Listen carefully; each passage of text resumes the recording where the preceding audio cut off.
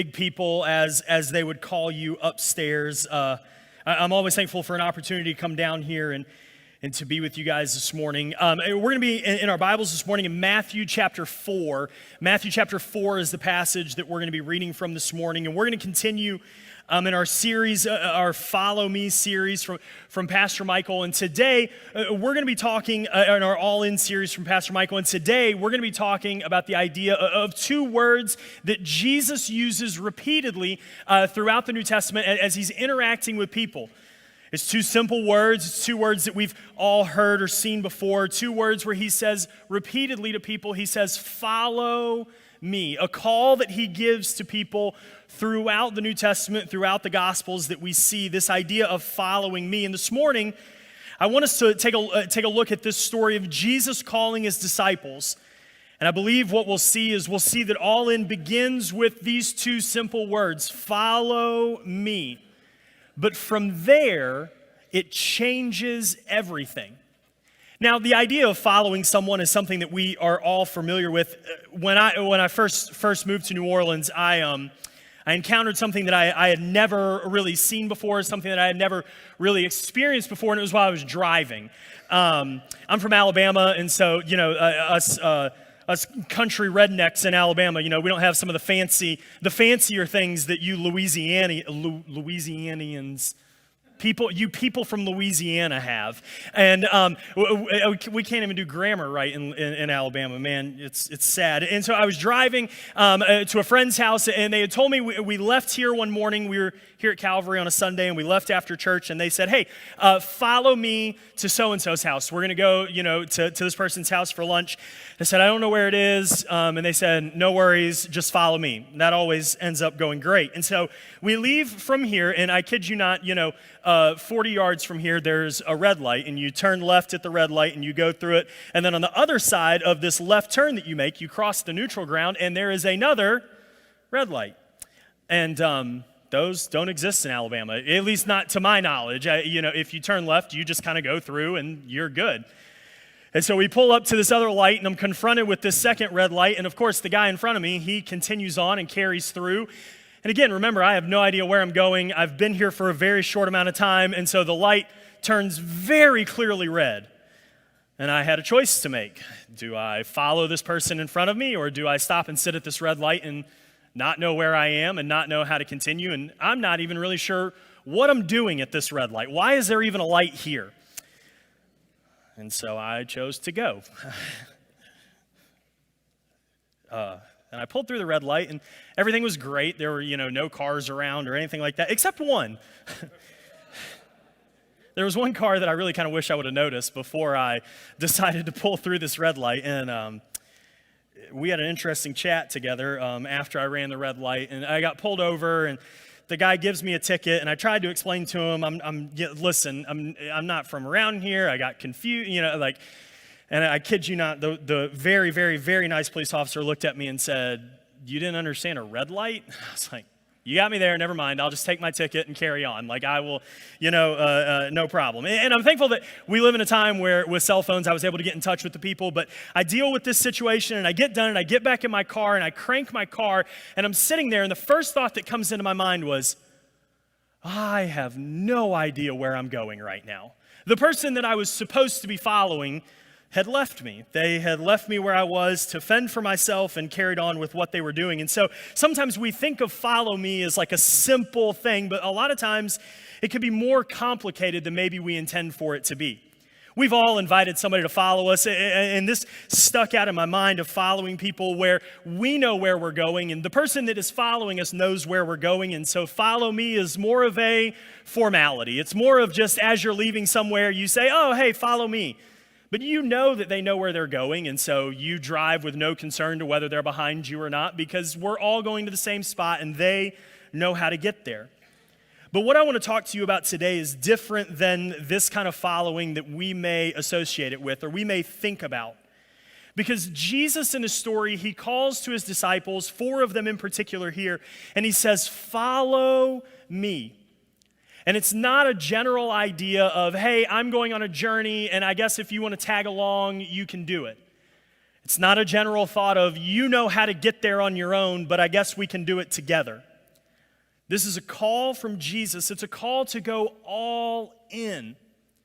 It's a moment where they're faced with a decision to say, hey, are we really going to be all about this or not?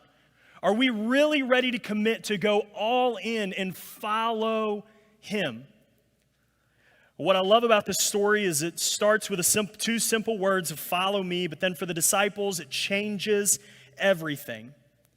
So let's open our Bibles to Matthew chapter 4. We're going to read in verse 18 this morning, a story that you are probably very familiar with, a story that you've probably heard many times and could tell back to me as easily as we read it together. It's Jesus calling his disciples, and it says, verse 18, as Jesus was walking along the Sea of Galilee, he saw two brothers, Simon, who is called Peter, and his brother Andrew.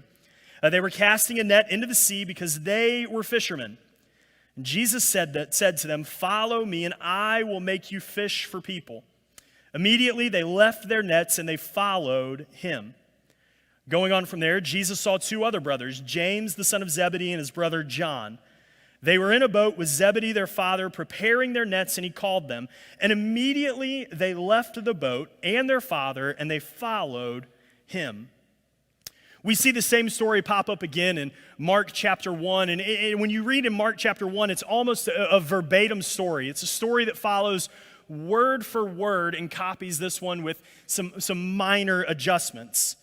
But this story rings true, and the thing that is the same in the both of them is Jesus using this call of follow me. Jesus going to these people who we may read this passage and we may think that it's a first-time encounter, but what we see as we read on is that they were aware of who Jesus was. They had encountered him before, but we think of it kind of in a weird way where someone walks up and says, follow me, but they knew who this guy was, but Jesus still calls them to a moment where he says, hey, it's time to make a decision. Are you going to go all in and follow me or not? As we read this today, there's a couple of things that I think we can learn about what it means to follow Jesus, what it means to respond to this call of follow me. The first thing I think that we see right off the bat is we see that follow me, that it demands a response. When Jesus approaches these men along the side of the Sea of Galilee and he says, follow me, there's kind of a response that has to be given there. It would be weird if Jesus just walked up and said, follow me, and then turned around and walked in the other direction and never looked back to see if the guys had actually followed him or not. Follow me carries with it this idea, this demand for a response.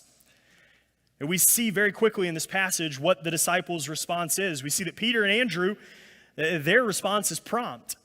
It's a response that happens immediately. We see that from both of them. We see a prompt response. Well, it says they were in the middle of fishing. They're in the middle of casting their nets. And Jesus walks by and he says, follow me. And it says immediately they put down what they're doing. They lay aside their own things and they begin to follow him. I think it's important to remember that as we go all in and as we follow Jesus, it demands a response. And there's something about this idea of this response being immediate, it being a prompt response. I mentioned it earlier, but we live in a wonderful world of cell phones and information and technology and all these things. And do you ever text someone and then just like sit and look at your phone and wait for them to text you back? And you see like the bubbles pop up and then they disappear.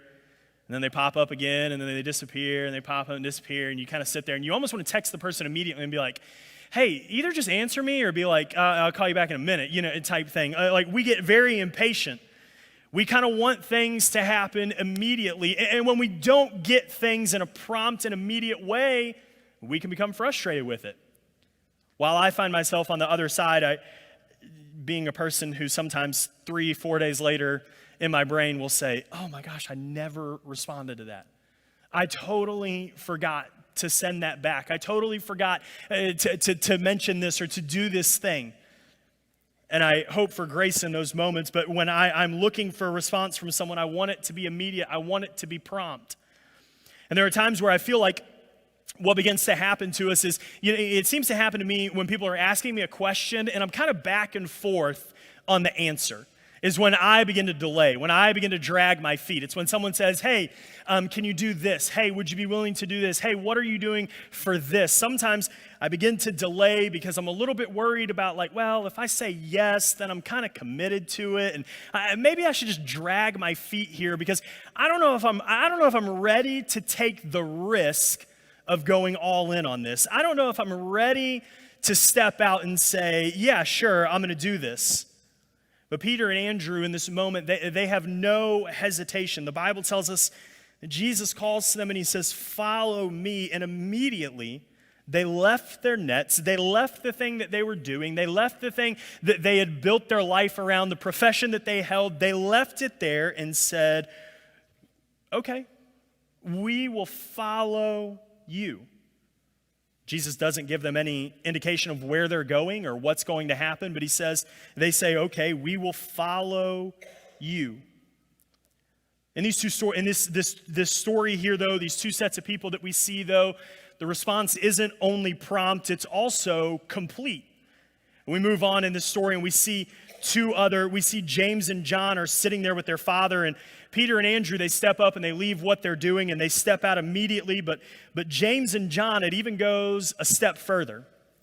James and John, as we read about them, it says, going on, he saw two brothers. They were in the boat with their father.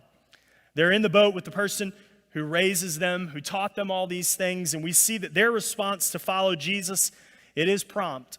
Once again, it says Jesus, they called and immediately they left their boat and they followed him. But their response isn't just prompt. In this situation, it's complete.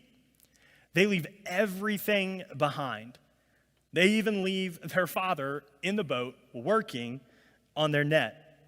They leave him with other people. We see in Mark chapter 1, we see that there are some other people there with them who are working alongside them. But they leave it all, they drop all of it to follow him. Their response is not only prompt, but it's complete. They say, nothing that we have around is going to hold us back. Nothing that we have sitting in front of us, nothing that we've been doing is going to hold us back from this call to follow you. In the book of Luke, chapter 9, there's an interaction with Jesus and some people where this guy comes to Jesus and he says, Jesus, what do I have to do to follow you? What do I need to do to be someone who follows you?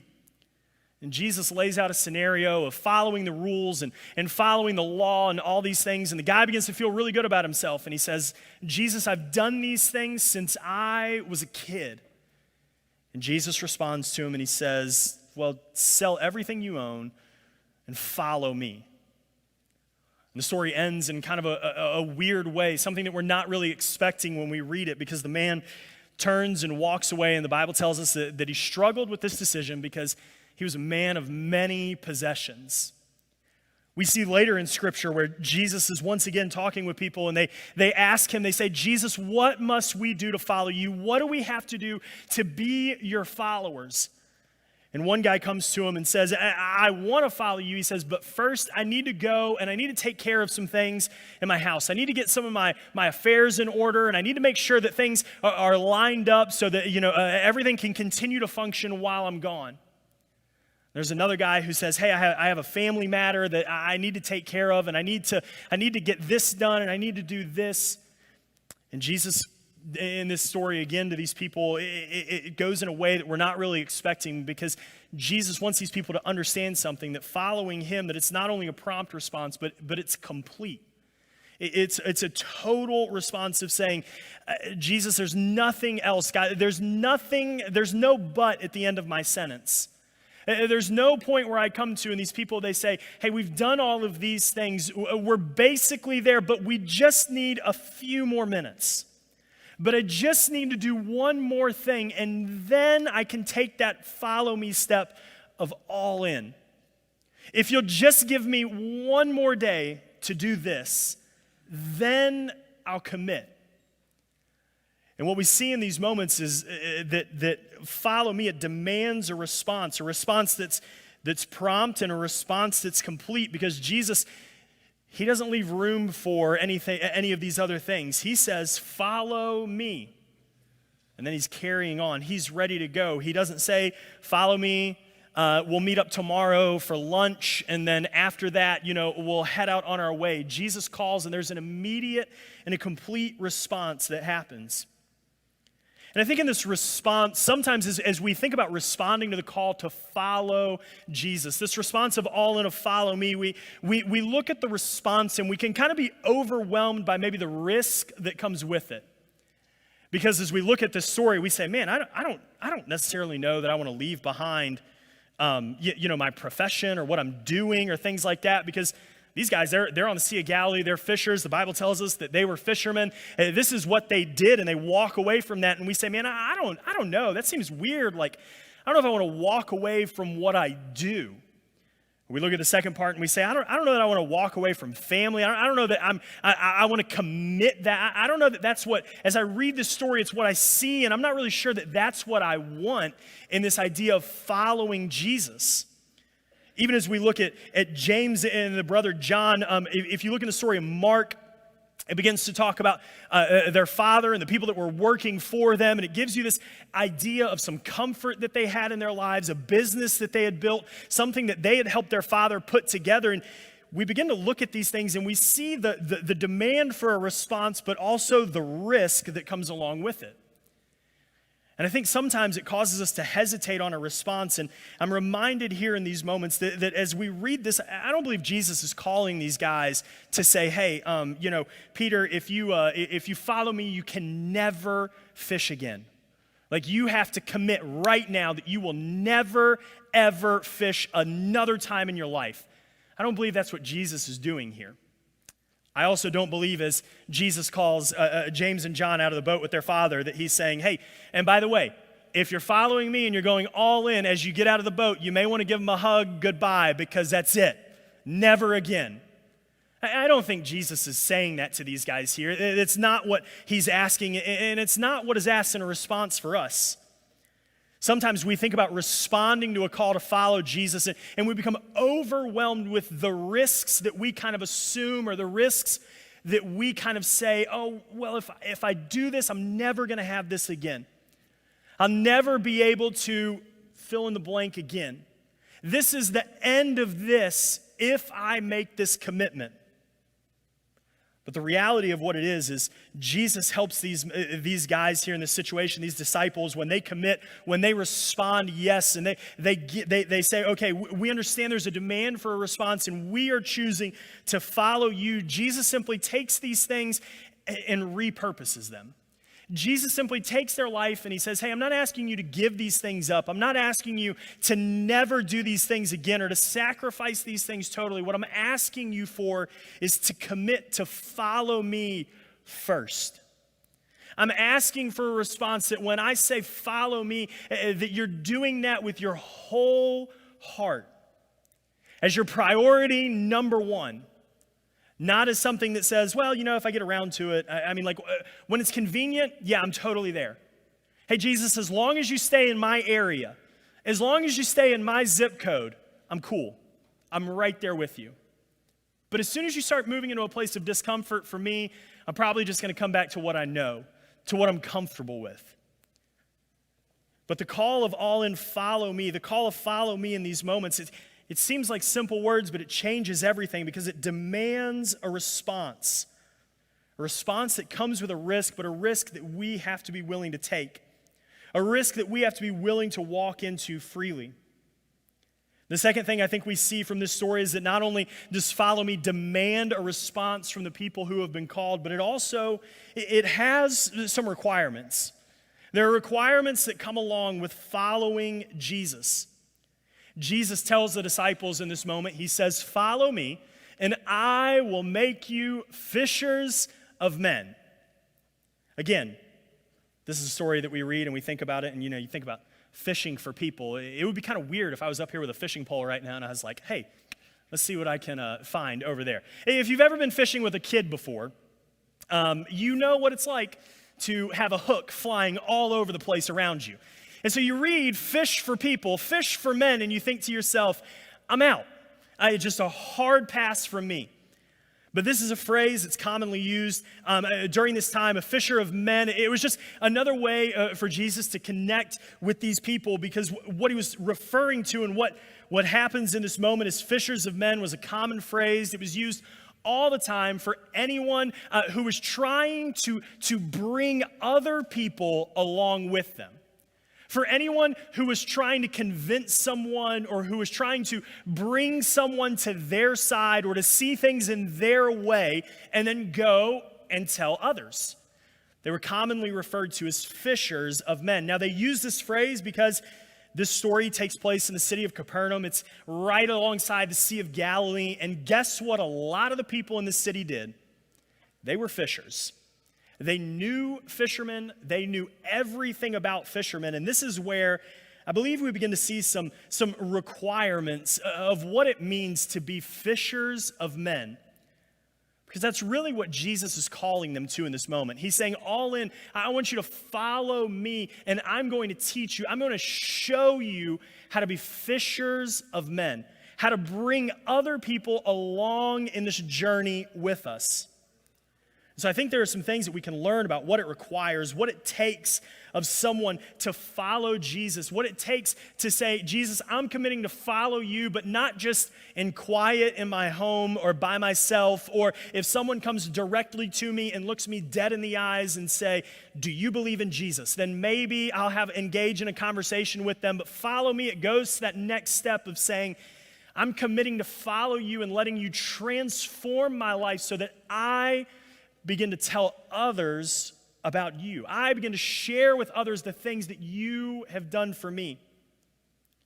I think if we look at the life of a fisherman, there are some things that we can apply to sharing the gospel with others, that we can apply in our own lives and say, hey, if we practice these things, we would probably get pretty good at sharing the gospel with people.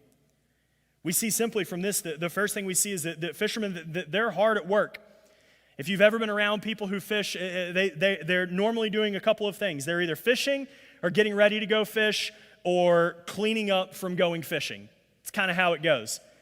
And it's what we see here. We see that Peter and Andrew, they're in the middle of fishing. They are in the process of working. They're not just sitting around with their feet in the water, hanging out on the side of their boat, but they're hard at work at what they do. The same thing with James and John. They're in a different part of the process, but once again, we find them working at their craft, working at what they're doing. And I believe if we thought about that for just a moment, and we thought about the requirement of being fishers of men, in our lives, that a call to follow Jesus isn't just about me following, but it's about me becoming someone who encourages others to follow. Me being someone who lives my life on mission and says, I am going to actively participate in bringing other people alongside me to follow him. It's hard work. It's not something that we can take a break from. It's not something that I believe you can say, hey, you know what, I'm going to take a couple months off.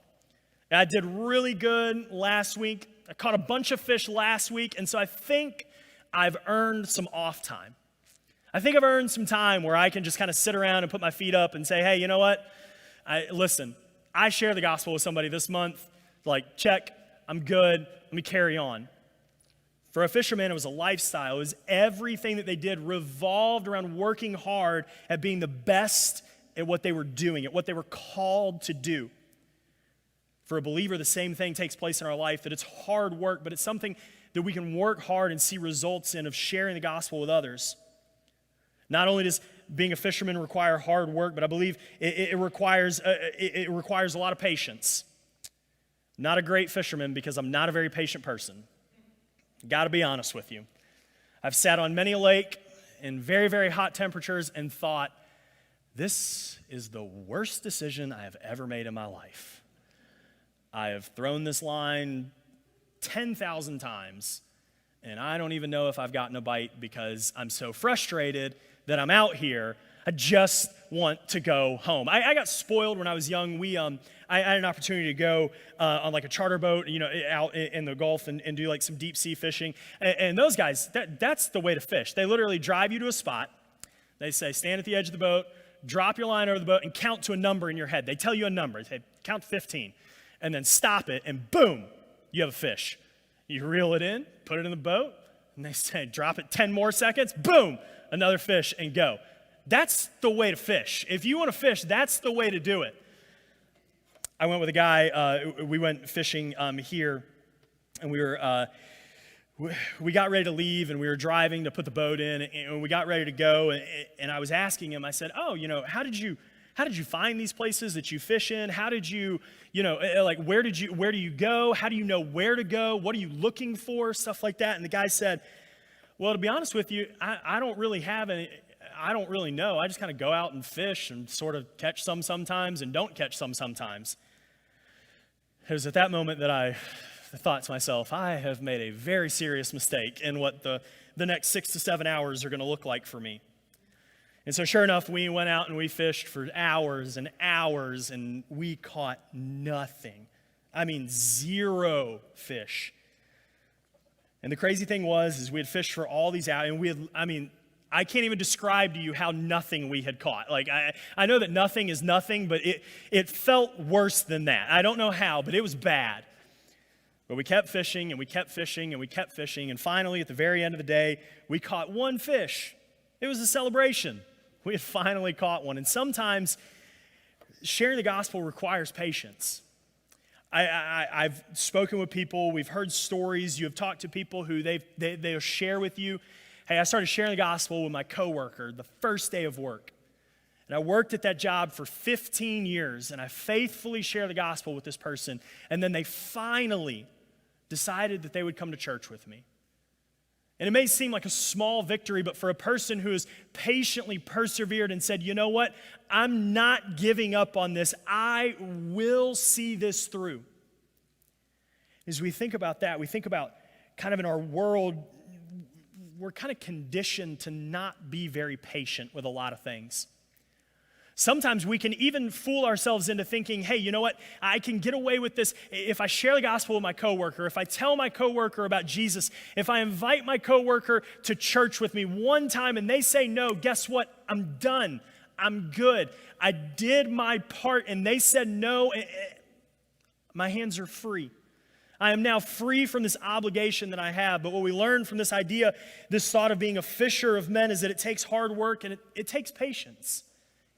It takes time sitting in a boat and throwing a line over and over and over and over in hopes of maybe catching a fish, in hopes of maybe one day that conversation around a water cooler changes for some reason.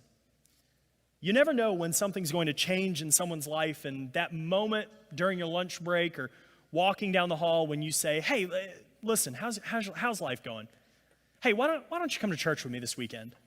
You never know what may have changed in someone's life where suddenly patience pays off and they say, you know what? I could really use that. You know, it's been a struggle for me lately, and I'm so thankful that you've always been there for me, and I'm so thankful for that, so I'll go. We never know when patience pays off.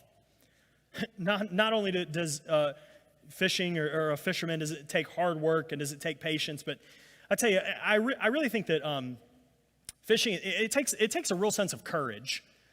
These guys, I have to admit something to you guys. I've told the kids upstairs this multiple times, so a lot of y'all probably know this already. I can't swim, like, at all. I didn't grow up around water. Nobody I knew really had a pool or anything like that. And so I can't swim.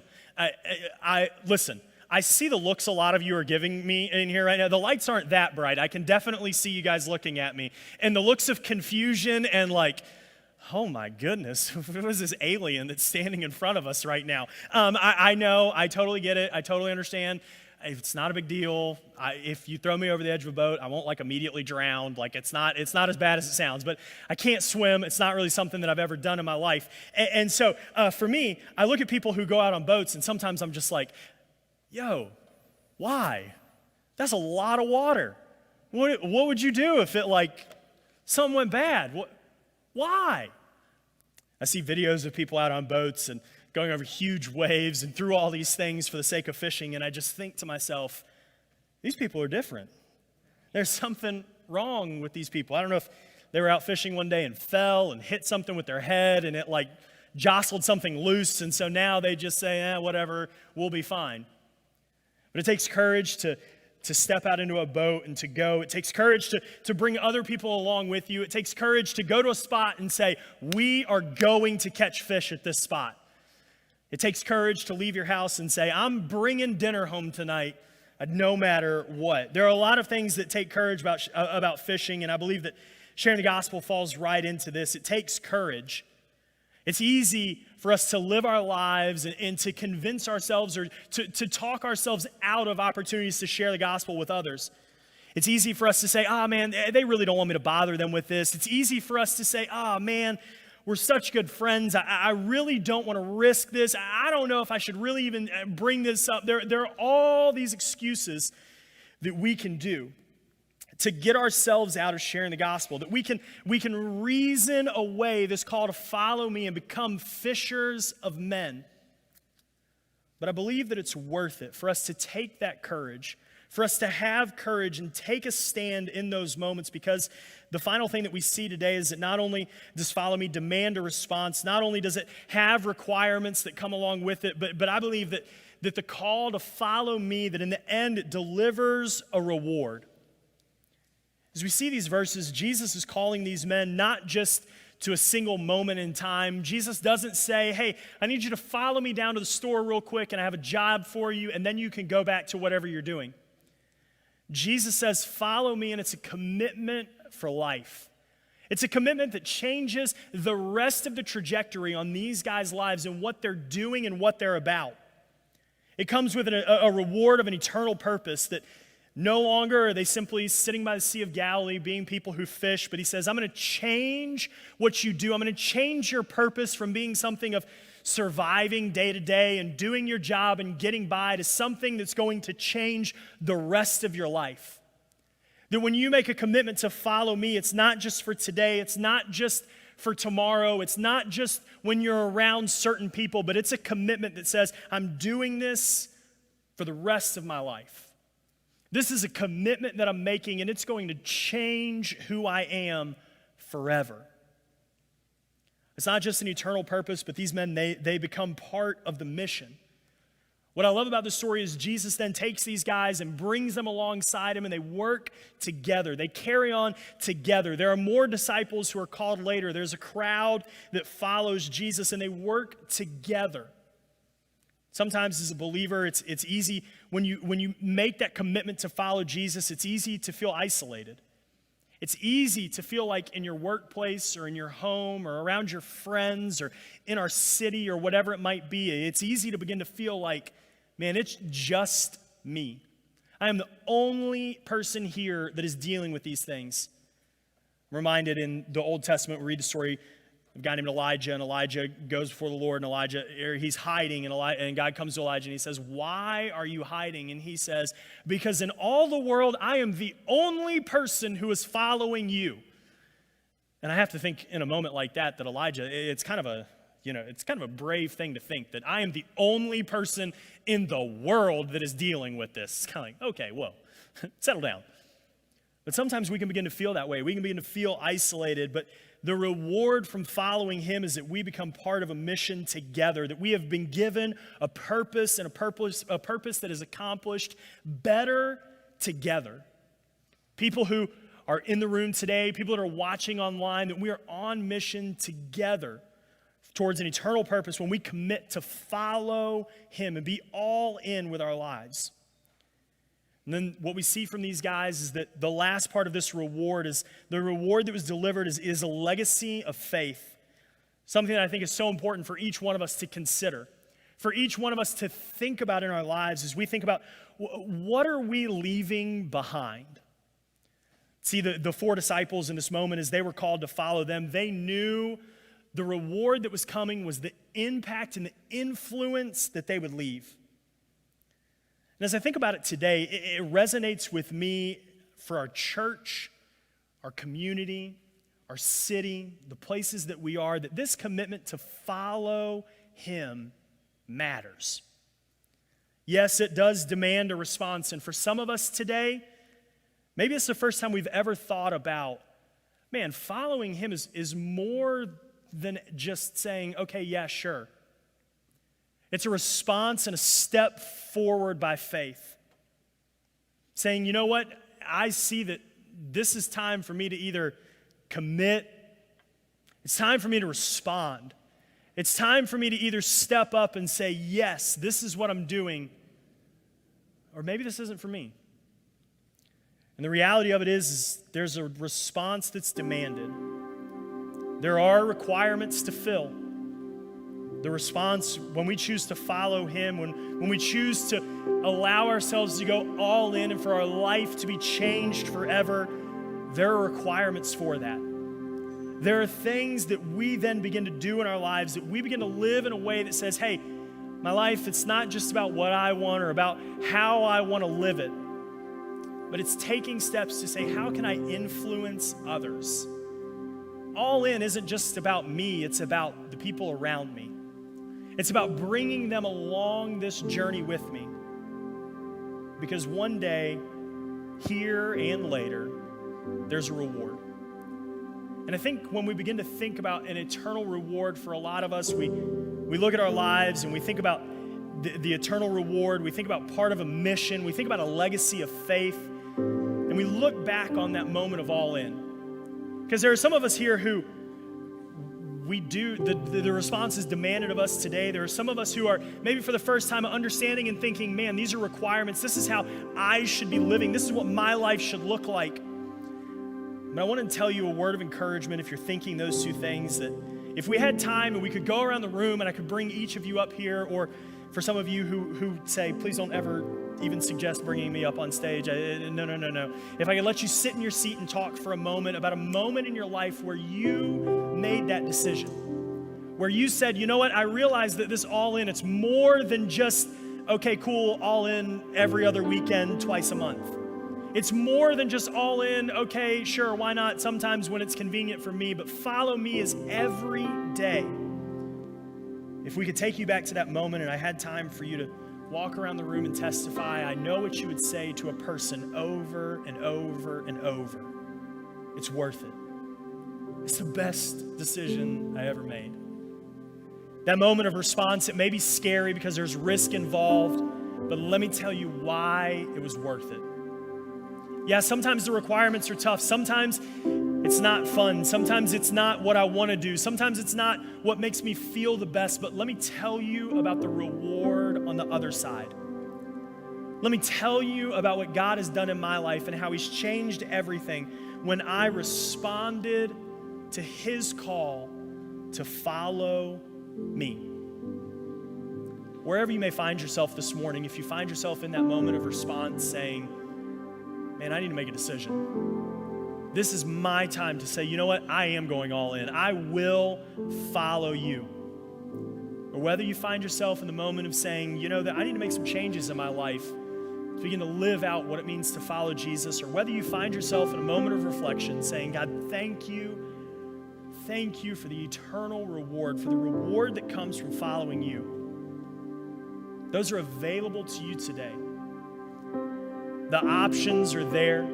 You've seen what it requires to follow him. I encourage you now, make that choice. Whatever it might be in this moment as we pray, take time and say, God, thank you for what you've done in me. God, help me to make this decision. God, give me strength to go forward, to respond yes to all in, to follow you and allow you to change everything. Let's pray. God, we love you, and Father, we are so thankful this morning for this call, this simple call to the disciples, a simple call of follow me. Lord, it's a call that is present in all of our lives. It's available to each one of us, and Lord, I pray that today in this room, online, God, that anyone who may be on the fence about that may be saying, I don't know if I want to do that. I don't know if that's something I'm interested in. God, I pray that you would give them boldness, that you would give them courage, God, to take that step in their life today. God, I pray for your people that have made that decision, Father, that you would begin to unlock something in them that says, you know what? This is what being all in calls for in my life. This is what the requirements are for me to live that way and to truly be living that out. God, help me to start doing that today. And God, all of us in this room, we're so thankful for the eternal reward that you promise. God, the promise that you make to us, that you'll never leave us and you're always with us, and God, that you have prepared a place for us. Lord, I pray that you would help us live in that today as we go all in and commit to follow you. Amen.